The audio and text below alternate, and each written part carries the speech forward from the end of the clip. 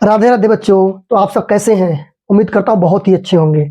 आप इसके पहले वाले वीडियो में अच्छी स्थिति का, वैद्युत द्विध्रुव की अच्छी स्थिति का आपने एक व्यंजक प्राप्त किया था, जिसमें वैद्युत क्षेत्र की तीव्रता आपने ज्ञात की थी। जानते होंगे बच्चों, आज हम आपको वैद्युत द्विध्रुव की निरक्षीय स्थिति पर वैद्युत क्षेत्र की तीव्रता कैलकुलेट करवाएंगे, ज्ञात करवाएंगे, जो कि 5 नंबर का आपके बोर्ड में एज इट इज आ जाता है। ये भी पहले चैप्टर का सबसे इंपॉर्टेंट टॉपिक में आता है। इसके बाद एक टॉपिक और है वैद्युत द्विध्रुव आघूर्ण, वो भी निकलवा देंगे। पहले इसके बारे में हम 10 मिनट में देख लेते हैं इसको।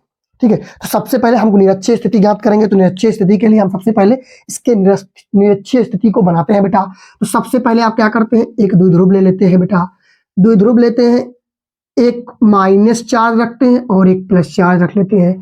इस बिंदु को हमने ए नाम दे दिया, इस बिंदु को हमने बी नाम दे दिया। ओके बेटा, और यहाँ हमने मध्य बिंदु मान लिया, और यहाँ से इसकी दूरी L और इसकी दूरी L मान ली, क्योंकि द्विध्रुव की पूरी दूरी कितनी होती है, 2L होती है। ये आप पहली क्लास में अच्छी तरीके से समझ गए। नहीं जानते तो समझ लीजिए कि द्विध्रुवों के बीच की दूरी 2L मानी जाती है। ठीक, निरक्षीय स्थिति का मतलब इस अक्ष के बिल्कुल परपेंडिकुलर एक लाइन मध्य बिंदु से खींच दीजिए इसके। तो इस पॉइंट पर चाहे आप ऊपर और चाहे नीचे किसी भी पॉइंट पर आप निरक्षीय स्थिति पर वैद्युत क्षेत्र की तीव्रता कैलकुलेट कर सकते हैं।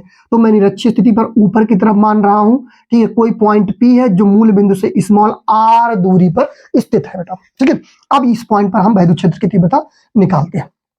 सबसे पहले इस माइनस Q के कारण इस पर एक वैद्युत क्षेत्र लगेगा। माइनस वैद्युत क्षेत्र अपनी तरफ खींचता है, तो इसका मतलब अगर जो हम यहाँ वैद्युत क्षेत्र लगाएंगे तो ये अपनी तरफ वैद्युत क्षेत्र A के कारण लगेगा, EA। क्लियर है बेटा। प्लस के कारण बेटा हमेशा बाहर की ओर वैद्युत क्षेत्र लगता है, तो बाहर की ओर लगा दीजिए सेम। ठीक, प्लस के कारण बाहर की ओर वैद्युत क्षेत्र ये हो जाएगा। इसका नाम क्या है बेटा, EB। बहुत प्यार से देखेंगे बेटा। अब हमको ये माइनस Q और ये प्लस Q, यहां से इस पॉइंट पर P पॉइंट पर हमको निकालना है। लेकिन ध्यान रखना, ये P एक हम बिंदु मानेंगे और P एक वैद्युत द्विध्रुव होता है, उसके बारे में भी आप लोग जान चुके हैं। तो यहाँ P हम एक बिंदु मान लेते हैं, जो P आपका स्मॉल p के नाम से जाना जा रहा है। ठीक है, ठीक। और इसके बाद हम क्या करते हैं, इसी अक्ष के समांतर एक रेखा इस पर खींच देते हैं। क्यों?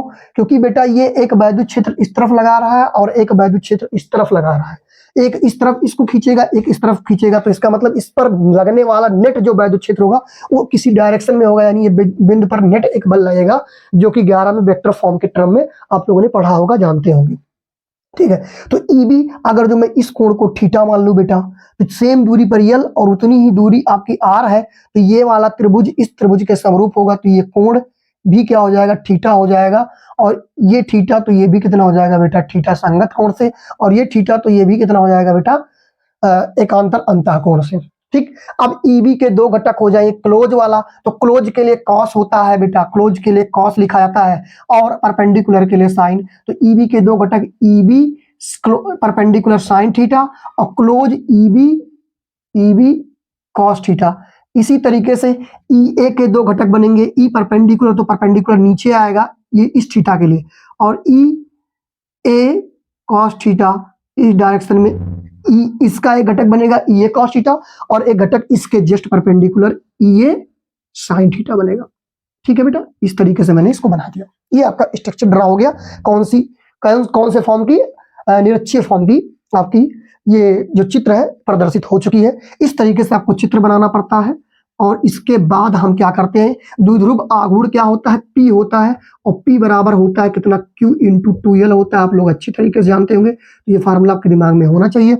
अब देखिए यहाँ से AP की दूरी, चाहे आप AP की दूरी कहें और चाहे BP की दूरी कहें, दोनों दूरियां सेम होगी। और इसमें अगर जो यहाँ लंब, ये यहाँ जब परपेंडिकुलर खींचा गया है, ये निरक्षीय स्थिति परपेंडिकुलर होती है, तो ये लंब का कार्य करेगा। दूरी कितनी होगी, इस दूरी को आपको निकालना पड़ेगा। तो AP की दूरी हम निकाल लेते हो, कितना जाएगी, देखिए लंब स्क्वायर प्लस आधार स्क्वायर बराबर कर्ण स्क्वायर, कर्ण हटाते हैं तो निकल के आएगा रूट ऑफ कितना, R square plus L square. ये आपकी दूरी बन के आती है, ये वाली यहाँ से और यहाँ से भी। तो ये दूरी आपकी AP यहाँ लिख दे रहा है। ठीक है, बाकी सारी चीजें सेम टू सेम वैसे रखी गई हैं। अब देखिए यहाँ आपको दो चीजें निकालनी पड़ेंगी, EB और EA।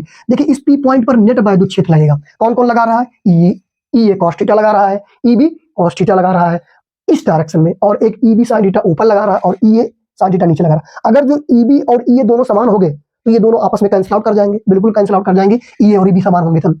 तो नेट इस पी पर क्षेत्र कितना लगेगा, ई बी कॉस थीटा और ई ए कॉस थीटा लगेगा। चलो देखते हैं, पहले ई ए देख लेते हैं। तो ई ए चित्र से सारी चीजें हो रही है, तो चित्र से एक बार देख लीजिए, चित्र ही बना देंगे आप ऐसे एज इट इज और लिख देंगे चित्र से, तब भी एग्जामिनर आपको फुल में फुल नंबर दे देगा, आपको कुछ थ्योरी लिखने की जरूरत नहीं है बेटा। जैसे क्या हो जाएगा, ई ए पहले निकालते हैं। तो ई ए यहाँ से यहाँ तक की दूरी कितनी है बेटा, चाहे ई ए जो निकालेंगे जिसकी दूरी ए से पी है, और वो कितनी है, R square plus L square.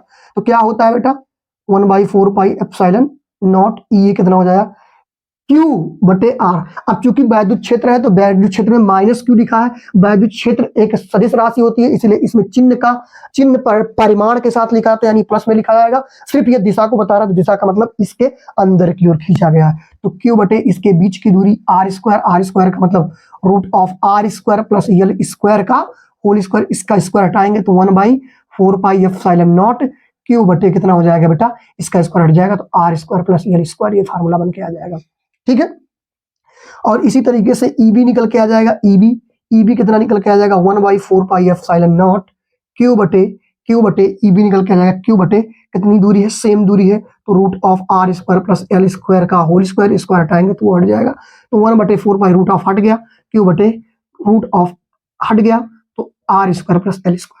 अब देखिए ये वाली वैल्यू दोनों सेम है, यहाँ लिखेंगे चूंकि ई ए बराबर क्या है, ईबी है, अतः ई ए साइन थीटा बराबर ई बी साइन थीटा, दोनों आपस में बराबर हो जाएंगे।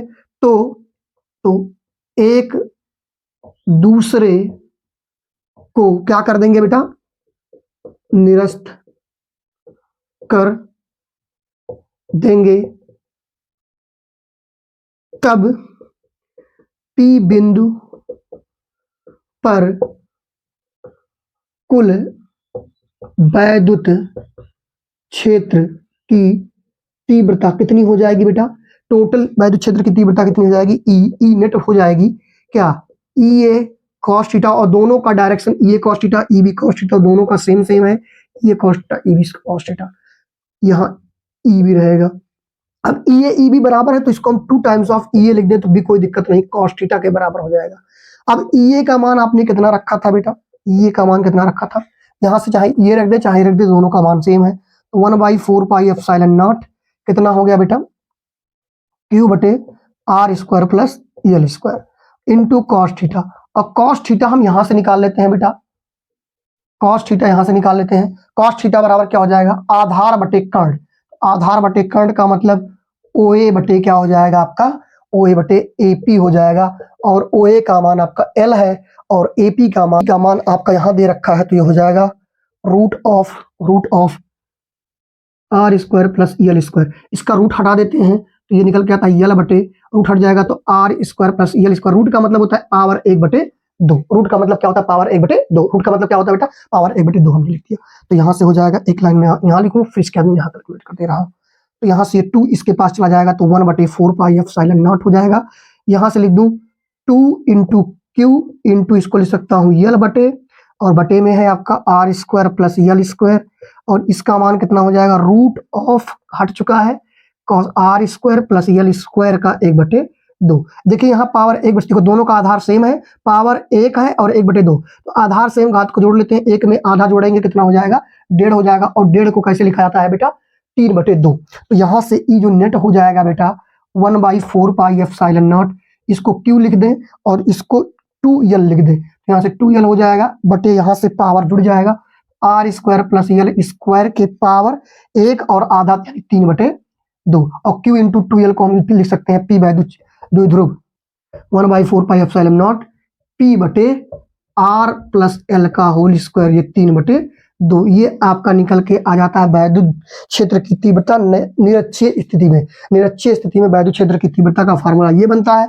लेकिन इसमें क्या होता है कि बेटा यल जो होता है बहुत सूक्ष्म माना जाता है, बहुत छोटा माना जाता है। अतः क्या करते हैं, यहाँ लिखेंगे चूंकि बेटा R is much greater than L, इसीलिए एल स्क्वायर लगभग 0, तो ये एल स्क्वायर 0 हो जाएगा, तो पावर देखिए आर स्क्वायर और 3/2 यानी 3 दूना 6, 2 से कट जाएगा 3 बचेगा, ई बराबर कितना हो जाएगा 1/4 पाई एप्सिलॉन नॉट पी बटे आर स्क्वायर के पावर 3/2, 2 से 2 मर जाएगा तो हो जाएगा 1/4 पाई एप्सिलॉन नॉट p/r³, ये आपका फार्मूला बन जाएगा। ठीक है, इसको हम और अच्छे से लिख दें तो E बराबर यहाँ हो जाएगा बेटा 1/4πε0 p/r³। इसका भी सदिश रूप लिख सकते हैं। निरक्षीय स्थिति में E बराबर 1/4πε0 p/r³ निकल के आया है, जबकि अक्षीय स्थिति में 2p/r³ निकल के आता है। यही formula at a last point आपको निकालना होता है। Very very important formula.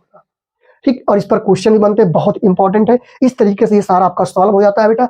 बहुत ही अच्छे से आपको समझ में आया होगा। जहां दिक्कत होगी वहां कमेंट करिएगा, लाइक करिएगा, शेयर करिएगा, सब्सक्राइब करिएगा।